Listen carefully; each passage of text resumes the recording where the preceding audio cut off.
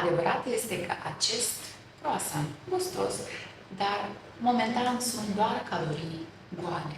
Și atunci noi trebuie să transformăm într-o masă bogată nutritiv.